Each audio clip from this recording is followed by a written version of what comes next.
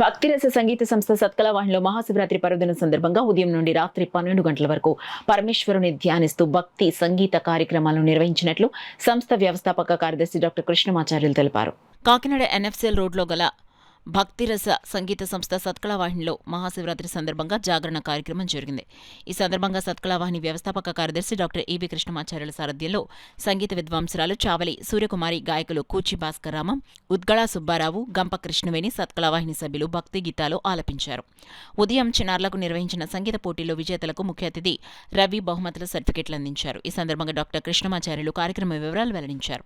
ఈ కార్యక్రమంలో కుంచిక లక్ష్మి, పావని, లక్ష్మీకృష్ణ, సత్కళవాహిని సభ్యులు పాల్గొన్నారు. మహాభాగ్యకారుడు గోపరాజు వెంకట సుబ్బారావు గారు కాకినాడలో ఒక కలెక్టర్ స్థానంలో నిర్వహించి ఒక వాగ్గేయకారుడిగా చంద్రరేఖనిచ్చిన మహదేవ శంభో గారు వారి పాటలు కూడా గానం చేయడం జరుగుతుంది.